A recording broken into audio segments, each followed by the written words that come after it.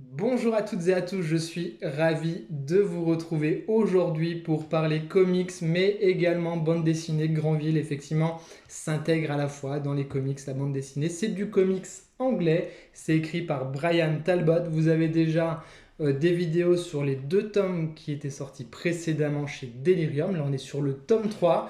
Ce tome 3 est un inédit en France. Delirium a repris l'intégralité de la diffusion de la série. Il reprend depuis le début. Là, on est donc sur ce tome 3. Ça vaut 22 euros. Je vous montre un petit peu la taille du bébé. On est vraiment sur des prix corrects parce qu'on est sur une très belle édition comme d'habitude. Et je reviendrai dessus à la fin de la vidéo. Donc ce tome 3 s'appelle Bête Noire. Vous aviez déjà donc le tome 1 et le tome 2, je vous remontre les covers. Donc Brian Talbot s'amuse à travers Granville et son inspecteur Lebrock à revisiter des genres du polar et des genres du serial et du pulp et de la fiction un petit peu de gare. Dans celui-ci, il mélangeait le mode polar avec du Tarantino. Dans Granville mon amour, on est sur une forme de classicisme où il va aller revoir un petit peu visiter l'univers de Hitchcock et de ses grands classiques. Pourquoi je dis qu'il revisite? Parce qu'il s'inspire de choses absolument hyper sympathiques, qui ont nourri la culture populaire. Et dans ce Bête Noire, on est vraiment sur quelque chose où il va aller revisiter l'univers de James Bond, l'univers un petit peu des espions. Vous allez avoir un grand méchant qui va avoir son antre. Je vais vous montrer ça tout de suite et je vous montre la partie graphique si vous n'aviez pas vu les précédentes vidéos. Donc Granville, c'est quoi? Granville, c'est la capitale d'un royaume de France qui a tout gagné. Napoléon a tout gagné. Il a annexé les autres pays. Il a annexé notamment le Royaume-Uni, mais qui a retrouvé une forme d'indépendance. Mais ça, vous le saurez en lisant les tomes précédents. Et donc, dans ce Granville, dans cette capitale, il se passe toujours des événements complètement dingos, et notamment des meurtres, par exemple, non élucidés dans le tome 2. Et là, on a une espèce de réunion comme ça d'un grand méchant avec tout un comité et des acolytes plutôt néfastes. Et c'est en ça que ça fait bien sûr référence à James Bond, par exemple, mais pas que tout au long de l'album.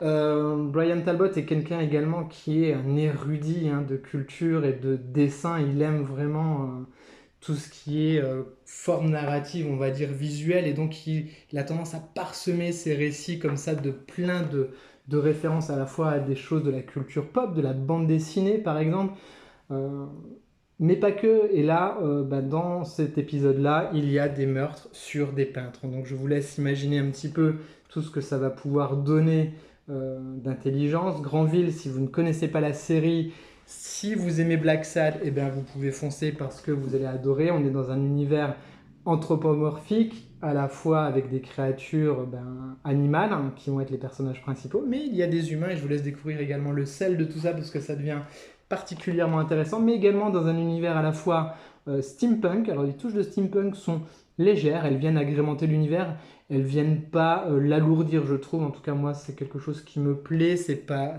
lourd, c'est pas redondant. Et on a également ce côté un petit peu belle époque, je dirais un petit peu école de Nancy, vous voyez, avec des choses un peu florales comme ça dans les décors. Et c'est vraiment super intéressant. Voilà, donc c'est encore une fois un récit extrêmement bien mené, rondement mené, c'est intelligent. Et je vous disais, je vais vous parler de l'édition et pourquoi j'insiste sur le mot extrêmement érudit, intelligent. Vous voyez, il y a plein de références comme ça. C'est-à-dire que vous avez de beaux cahiers à la fin. Je vous montre, vous voyez, cahiers graphiques et iconographiques où l'auteur va vous expliquer un petit peu où il puise son inspiration, où il puise ses références et qu'est-ce qu'il met dans ces cases qui vont faire référence à d'autres personnages ou à d'autres choses de la culture populaire. Donc forcément on apprend plein de choses, on découvre plein de trucs, on se dit ça je l'avais vu, ça je l'avais repéré, c'est trop cool.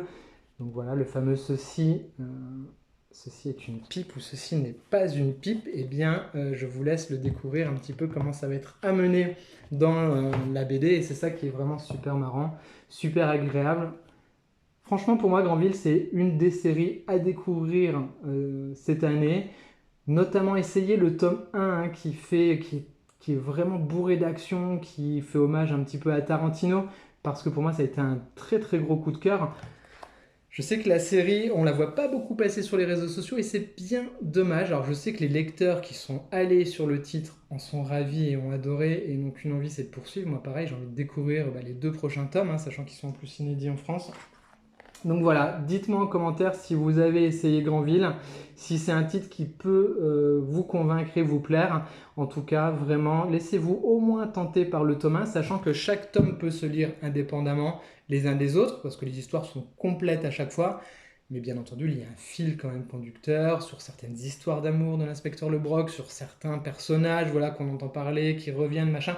Ça vient pas perturber le récit principal, mais c'est intéressant de lire tous les titres. Voilà, donc dites-moi en commentaire si c'est une série que vous avez lue ou que vous avez feuilleté et ce que vous en avez pensé. La vidéo est maintenant terminée. Si vous découvrez la chaîne grâce à cette vidéo, n'hésitez pas à vous abonner, ça fait plaisir. Vous pouvez commenter, partager, liker, c'est bon pour l'algorithme et ça fait plaisir d'avoir vos retours en commentaire et de pouvoir échanger avec vous. Moi, je vous dis à très vite pour de prochaines reviews. Bye bye.